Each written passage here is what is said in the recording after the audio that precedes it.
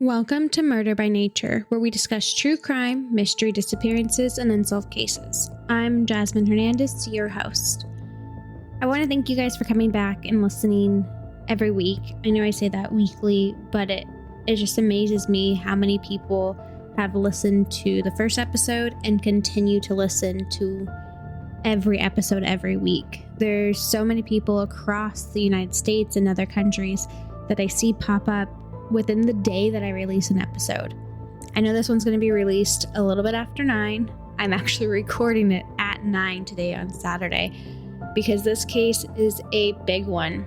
It's a case that I've been interested in researching and following for 7 years now, and there's so much in this case to cover all in one episode, so I'm going to split it up into multiple parts. It's going to be a long one.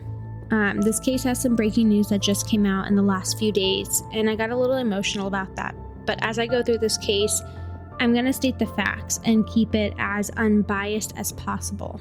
I did listen to this case back in 2014 on a podcast called Serial. A docu-series was also made on this, so you can find all of this information online. But Serial, that podcast is created by a woman named Sarah and Adnan Syed's friend, and they go through court documents, police evidence, interview tapes, everything that you can think of, and it leaves you sitting there wondering. So as you know now, this is the case of the murder of Hae Min Lee, and also known as the case of Adnan Syed.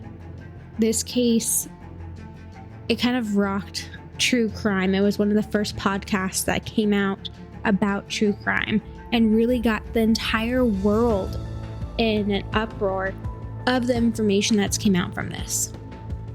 So I'm not going to state my opinion on this case or my thoughts. I'm going to try and keep it strictly factual and have a very unbiased stance as we go through it, and I'll state my thoughts and my opinion at the very end, which won't be in this episode, but it will be in the next one.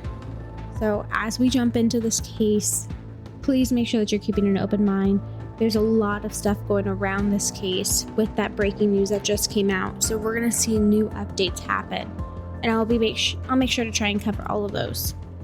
Now, our references for today's episode are HBO, The Case Against Adnan Syed, Serial Podcast Season 1, allthat'sinteresting.com, Adnan Syed Wikipedia, Adnan Syed Wikipedia, the contents uploads, all the transcripts from Serial, Root Claim, Wikipedia, WSJ, Newsweekly, and Biography.com. And with that, we're going to jump into this case. On January 13th, 1999, Hae Min Lee disappeared. Hae was an 18-year-old senior at Woodland High. It was a school in Baltimore County. She was Korean, she was smart, beautiful, goofy, and played field hockey and lacrosse. Hae was part of a magnet program at her school, and she had a great group of friends. On the day in question, Hae was supposed to be leaving school to go pick up her cousin from her school. She was in kindergarten, and take her home. After that, she was going to meet up with her boyfriend. Adnan and Hae started dating April 1st, 1998, and they kept it a secret from their parents. As a Pakistani American and a Korean American, Adnan and Hae apparently feared negative reactions from their families due to multiple religious and cultural differences. The relationship started just as any other high school couple does, by telling their mutual friends that they liked one another, until finally Debbie told Adnan to just ask Hae to prom, and he did. Adnan asked Hae, and she said yes. On the day of prom, Adnan picked up Hae from her house to go to Asia's house to take pictures and all ride together. Hae recalls that Adnan wasn't ready when he picked her up, and she feared that would make them late. Hae didn't want to be late. At prom, Adnan was surprised to be announced prince, and Stephanie was his princess. Due to tradition, Adnan and Stephanie were supposed to dance together. But Hae's favorite song came on. Hae got a little jealous that he was her date, but dancing with another girl to her favorite song. But Adnan shocked her. He came over to her and asked her to dance.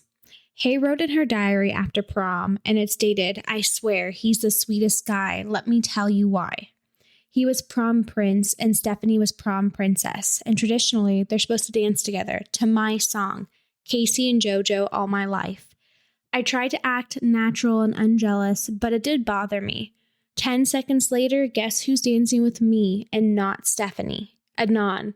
Now I cannot fall in love with this guy. Of course, I gave him my first kiss on his lips, and then I totally fell in love with him. Since then, I keep falling deeper and deeper into him. The bad thing is we have to keep it a secret. Sigh. I know it's going to be okay because love conquers all.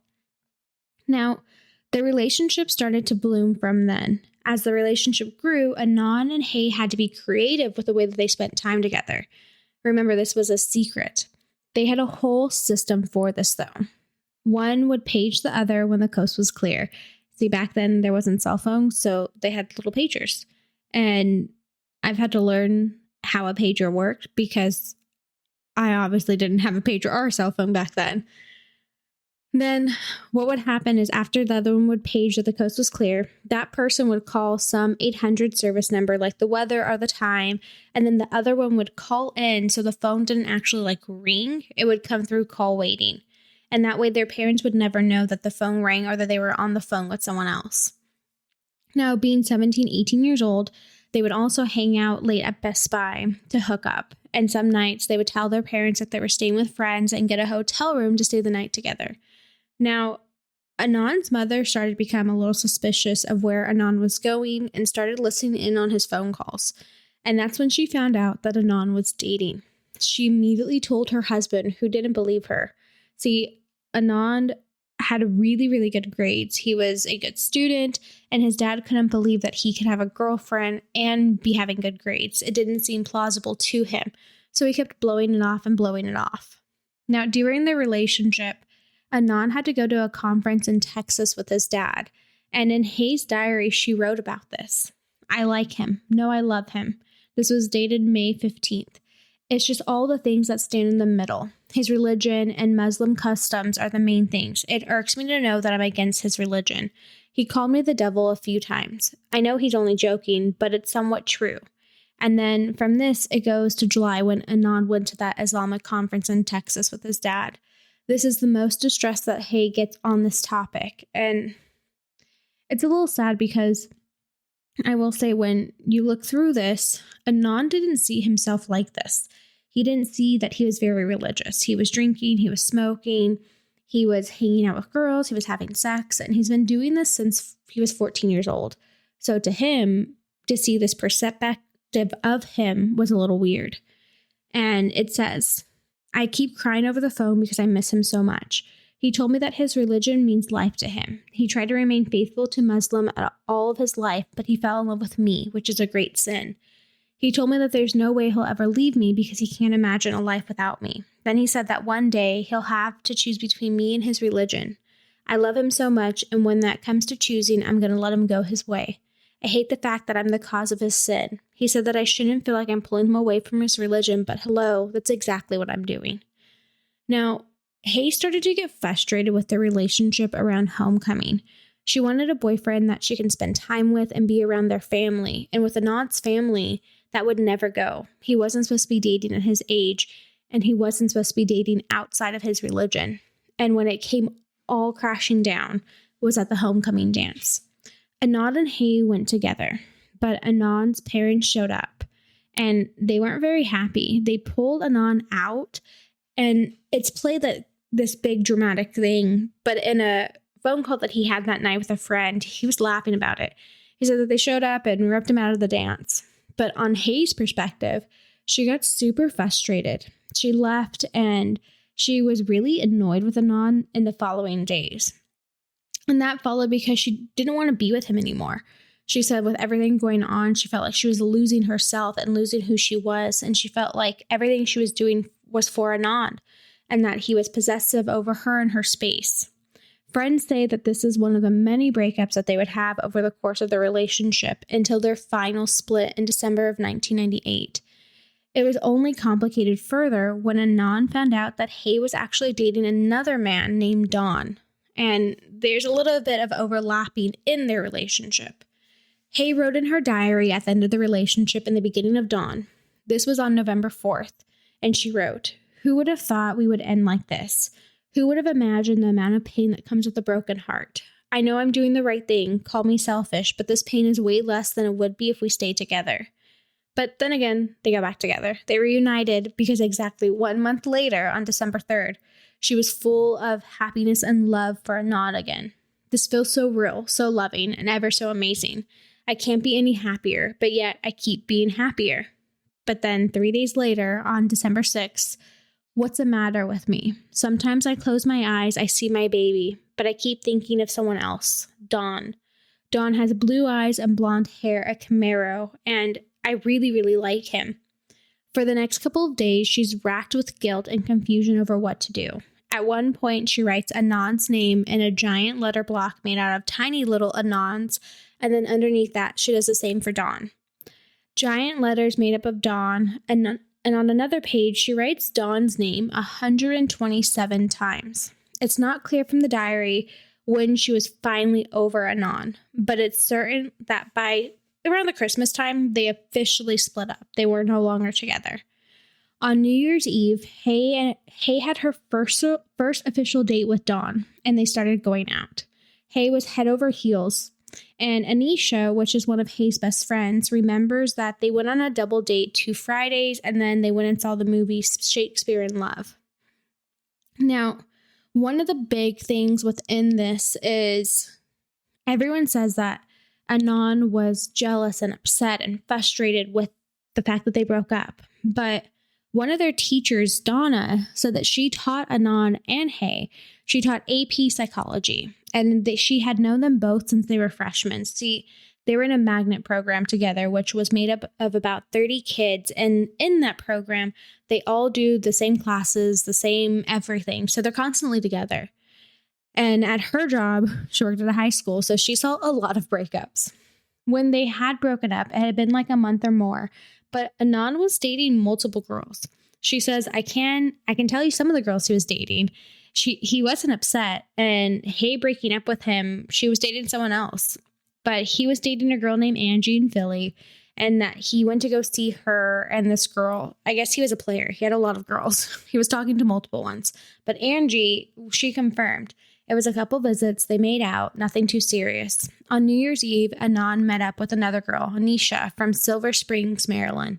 He started calling her a lot too. And then Adnan's friend Mac remembered that he was also making out with another friend of theirs at a party in January. So, yeah, he was a player. As the relationship evolved into friends, Hay writes about a time just before Christmas. It was after they broke up, and she got into a little car accident. She called up Adnan to come and get her from work because she didn't know who else to call, and both Dawn and Adnan looked at the car together. They decided that she couldn't drive it, and Adnan decided to take her home. Everything was very cordial. Even Dawn recalls this event, and that's when he met Adnan, and he met him as a friend, and everything seemed fine. Now, on January 13th, 1999, everything started out like a normal day. Hay was at school getting ready to see her new boyfriend, and no one knew that that evening, all the excitement that was revolving around that day would change. Hay and Adnan had a couple classes together, first period and also last period, AP psychology.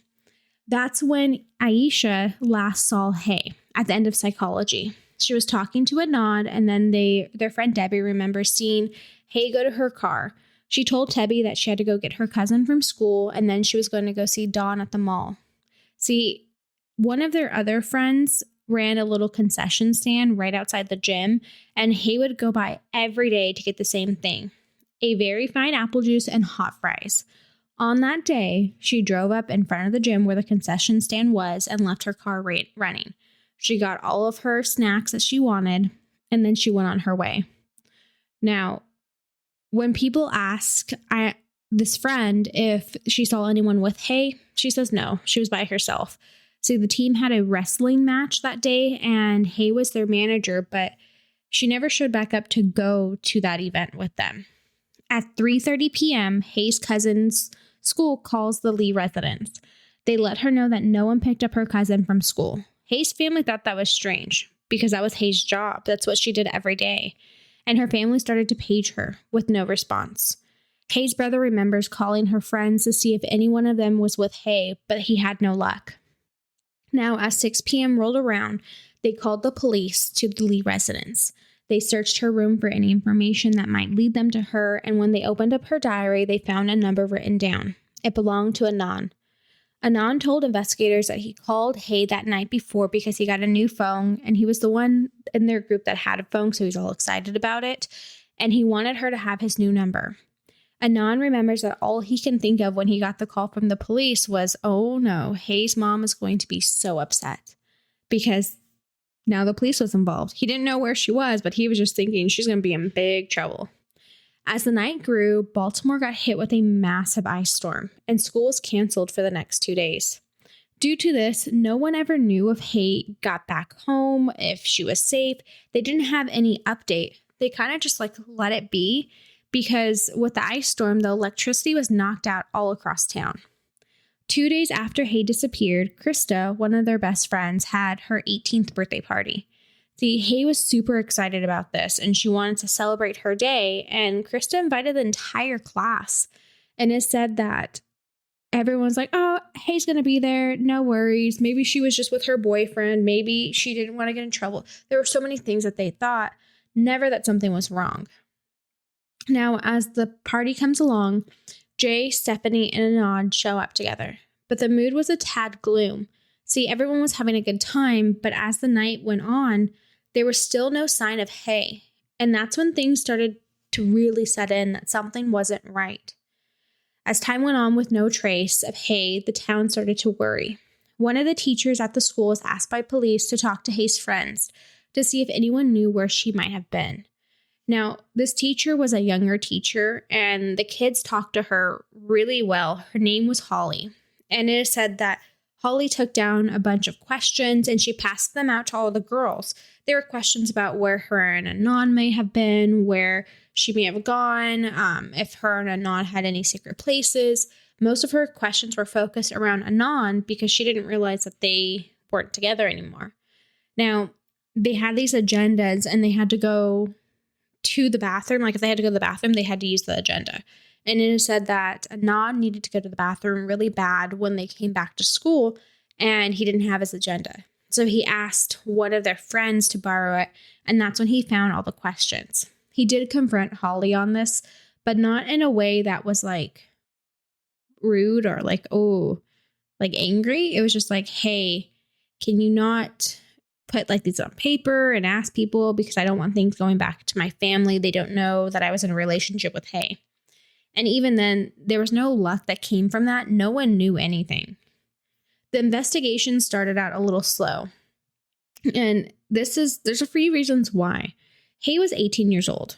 She wasn't a child. She had a car, and her car was also missing. And then on the first day, the police called around to her friends. They talked to Aisha. They talked to Adnan. And that's when he tells them that it gets a little muggy here. People remember Adnan asking Hay for a ride, but he tells them that he did ask for a ride, and he doesn't know if it was this day or not, but that she wouldn't do it. Hay had to get her cousin, and she took that very seriously, so she didn't do anything after school. And he doesn't remember exactly why he asked her for a ride, but he knows that he didn't take one with her.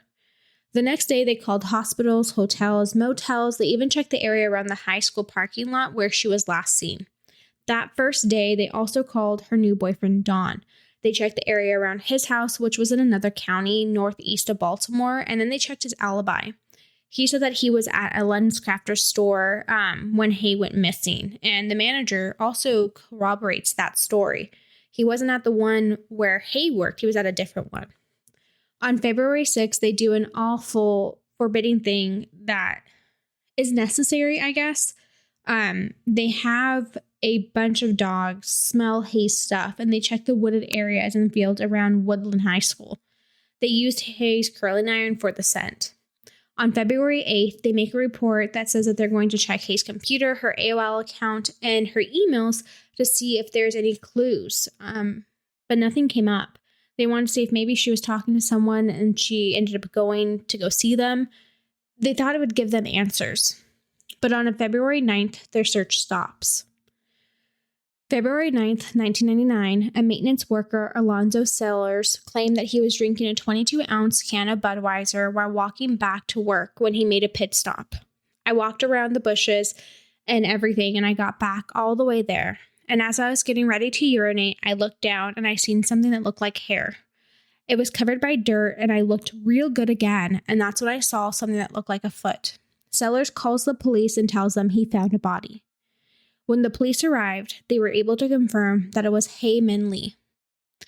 Now, as family and friends were notified, Krista calls Adnan, and that took a lot. Adnan wasn't allowed to get phone calls from girls, but she did. And she tells him they found Hae's body.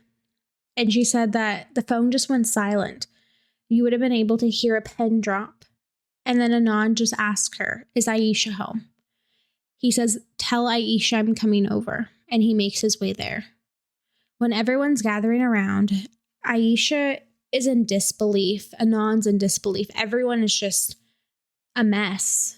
But the one thing that they remember is Adnan kept saying, "This is wrong. They have the wrong person. That's not Hae. This can't be Hae." He even went as far as calling the police department to tell them, "You're wrong. That's not Hae."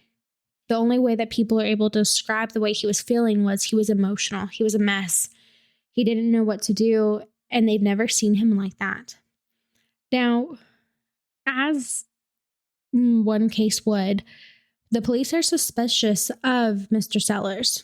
See, by this time, he's become a suspect in this case. They said 9 days after Mr. Sellers was found reporting the body, they had to go over some details because parts of his story didn't seem right. One thing is that there was a bunch of trees fallen, and it said that around the area that he was in, it would have been hard to see the other side of that log. It was 127 feet back into the woods, and the log was covering that pathway. But if you keep coming back, you got to a stream, and the name of that was Dead Run. Hae's body was buried right behind this log and along that stream. And if you're standing on the street side where he was, you couldn't see over it. You wouldn't have been able to notice her. So the story about why he stopped and where he stopped didn't quite add up. This doesn't ever get cleared up, though. They kind of just let it go. They don't come back to it. It's fishy, but they don't bring it up again. The path he takes into the woods wouldn't have really led him to this log, and they don't understand how he ended up there. But anyways, he said that he needed to find a way to pee, a spot to pee, and he just went there. That's how he went there. And if you're walking through everything, you would naturally avoid it because then you'd have to step over it. But I don't know. The reasonable question, though, is Hae's body was hard to find. It was nearly impossible to spot from where he's at. And the spot where he stops is only a few miles from his house. Now, remember, he's walking. So he had to go back home. He got his beer, and then he went back to the school. So it's a 5-minute walk. Why wouldn't he just wait? And that's where, as you go into the docu-series and as we go into part 2, you're going to understand the questions there because there's just things about this that don't add up. Now, Alonzo Sellers has a huge criminal background. He is always caught for indecent exposure. He's been found streaking, running naked. People have ran into him running naked. So when his family was questioned about this, they thought he was probably streaking again. He was probably running through the woods naked, and that's how he found it. Now, you would think that they would look more into that case, but they don't. On February 12th, 1999, Baltimore Police Detective Daryl Massey received 2 anonymous phone calls telling him to look into Lee's ex-boyfriend as a possible suspect. Now, the anonymous phone calls, they said, was a male Asian, and he called because he said that Adnan had something to do with this. And at that point, the police stopped every other suspect list and honed in on Adnan. As they started to close onto Adnan, they needed to know more about him and the connection that he had to Hae. Why would he do this? Now, this is where it starts to get really muggy, and we're going to hit a lot of points into this, but we will end up touching base on a lot of stuff in part 2. I'm trying to keep the story as clear as possible as we go through this one, but we will hit more into part 2 about this case.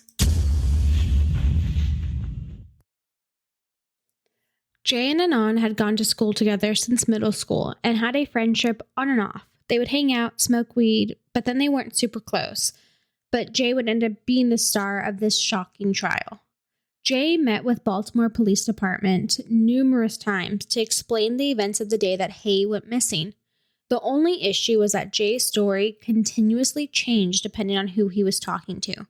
From the police statements, they spoke to Jen first and then Jay, and then the whole story unraveled on what happened to Hay. We'll start with Jen. We're going to go there first.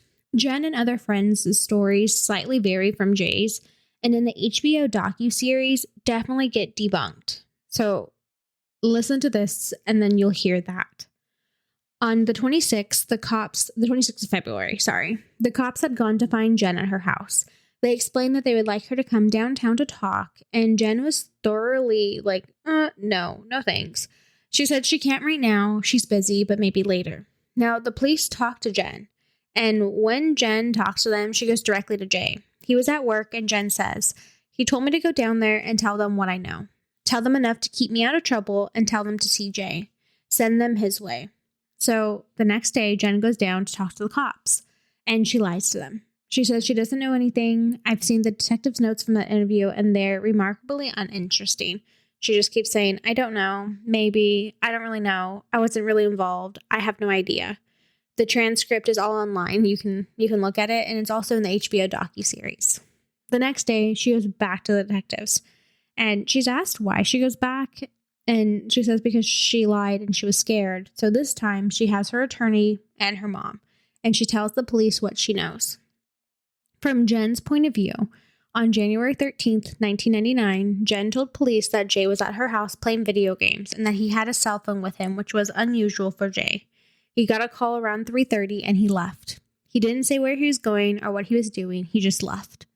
Later that evening, Jay paged Jen, but it was so confusing to her, so she found the number that was linked to it and called. She said someone answered and said that he was busy and he would call them later. 30 minutes later, Jay calls Jen. He asked her to meet him at the West Valley Mall in front of Value City, and when she gets there, she sees that Adnan's with Jay. It's not unusual, and Jay gets into Jen's car. Now, this is where it gets unusual. When Jay gets into Jen's car, he asked her to pull over to the back of the building. He tells her Adnan killed Hay, and he has shovels and he needs to wipe his prints off of them. Now, before we jump into Jay's side, there was another friend that was with Jen when police came, and they also have a side. They said that they ran into Jay and Adnan on the 13th as well. Her name is Christy. Now, Christy is friends with Jen. She doesn't know Adnan. She's not really close with Jay. She's a sorority sister to Jen. And she recalls that on the morning of the 13th, she had a conference. And then that afternoon, after she got home around 5 p.m., that Jay and Adnan showed up at 6. Jay asked if they can hang out, and she said that Jay didn't introduce Adnan, but that Adnan was really high, and he didn't say anything except, how do you stop this high? Adnan then received a phone call, and she remembers the phone call being really weird. He kept just saying, what am I going to do? Are they going to talk to me? How do I handle this? And then he left. See, this is where it gets tricky. Jay's work says that Jay went to the police on the 20th, the 21st, and the 22nd to speak to the police. But there's no recordings or documentation of that they presented to him. They said in court that they didn't speak to him till the 28th. And now, with all of that, we can see where it gets a little muggy, because the 26th is when police first contact Jen. And they say that they spoke to Jen first and then found Jay. Now, on February 28th, 1990, Jay does speak to the police and gives them his side of the story. He says on the morning of the 13th, Jay says that Adnan called him around 10:45 a.m. to ask him if he got Stephanie a birthday present. It was her birthday that day. When Jay said that he didn't, Adnan left school and drove to Jay's house. Jay didn't have a car of his own and needed to go buy something for her, and Adnan decided to let him borrow his car and phone for the day and told him to just pick him up from school later. Now, during his second interview with police, Jay said, okay, I left out. I went shopping with a friend of mine, an ex-friend of mine, Adnan. We had a conversation. During the conversation, he stated that he was going to kill that bitch, referring to Haley, and I took it with content. I didn't have anything that started up in my head, and in the interview with police, it made it seem like Adnan had planned to kill Hay that day. See, we're going to get into part 2, why they needed to do that, why that had to change, and that comes later. But there's a reason why his story altered. Jay tells police that Adnan leaves the car with him because he is going to kill Hay. Jay says that he drops Adnan off at school and goes over to his friend Jen's house to hang out until Adnan called. Around 3:30 p.m., Jay says that Adnan called Jay to come and get him, and he meets Adnan in the Best Buy parking lot. He says when he arrives, Adnan opens the trunk and there's Hay pretzeled in the trunk dead. He says that they leave the parking lot and he follows Adnan, who's driving Hay's car. They drive to the park and ride on the I-70 where they ditch Hay's car with her body. Jay says that he then drives Adnan back to school for track practice that happened because he couldn't miss it. And then after Anand's practice, Jay picks him back up, and by this time, Hay's family has already called the cops, and Adnan gets a phone call from the police department asking about Hay. After this call, Jay recalls going home, getting shovels, picking up Hay's car, and then driving to Lincoln Park, where Adnan dug a hole and buried Hay's body around 8 p.m. They then drive to a lot, kind of just like anywhere, and they park Hay's car there, and it stays there. Now, after dropping the car off, they said that they drove to Jay's house, where Adnan leaves him and he has Jen pick her up, and he tells her everything that happens. Now, the one major piece with this information about this crime that the cops are still missing, though, is Hay's car. They don't know where it is. They've been looking for it and they can't find it. Now, Jay tells them he knows where that is. And once they're finished at headquarters, they all drive out to the middle of the night to where the car is parked on a grassy hill behind a row of houses on Edmondson Avenue. So I want to pause here for a minute. This story does change again. It changes later as we go into the trial, and as we continue, it even changes all the way into 2019 when people had that last interaction with Jay. The story never stays the same, and that's what makes it really hard. Because in Jen's story, she picks up Jay at Best Buy. Not at Best Buy, at the Westfield Mall at Value City. That's where she gets Jay. Jay's side says that he gets picked up at home. So there's two different sides to this in the same instant. But then Christy, she has a whole nother side, because when we go to trial, and we'll go through that story too, it changes and she comes involved.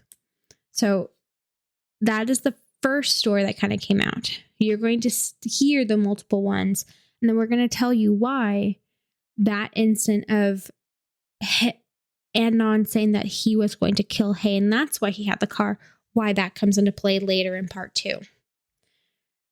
In the early morning hours of February 28th, 1999, Adnan was sleeping when his older brother heard something downstairs. The Baltimore Police Department was there to arrest Adnan in connection with the murder of Hae Min Lee. Police searched Adnan's car and house, taking samples to match the area found around Lincoln Park, but nothing comes back a match. When Adnan arrives at the police station, he was quickly read his Miranda rights and placed into a cell. Adnan said it felt like forever that he was in there. He didn't understand why he was arrested, and there was no information given to him. He didn't know that he was arrested for Hae Min Lee's murder. He didn't understand why they were doing this. When the detectives finally came to speak to Adnan, he quickly found out that he was being charged with murder. Adnan stated in the HBO docu-series that he couldn't describe the emotions that he was feeling because he was just mourning one of the losses of his best friend to now being accused of being her murderer. As soon as everything all processed, Adnan requested his lawyer. When his lawyer arrived at the station, he was told that Adnan did not ask for him. Because of that, they didn't have to let him in. So they stated that Adnan didn't ask for him directly, so then they just weren't going to let him in to speak to Adnan. As the police were talking to Adnan, they mentioned that Jay told them the truth, and Adnan was super confused. He was trying to rattle his brain on who Jay was, and that's when it all clicked. Jay Wilder. He was the only Jay that Adnan knew. And this even confused him even more. See, Adnan was confused on why Jay would make any of this up about him, that none of this was true. It's not like they were fighting, there wasn't some secret feud through Jay and Adnan. There was no drug dealer gone wrong.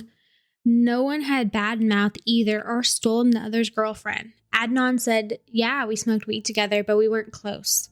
However, Adnan was close with Stephanie, Jay's girlfriend, very close.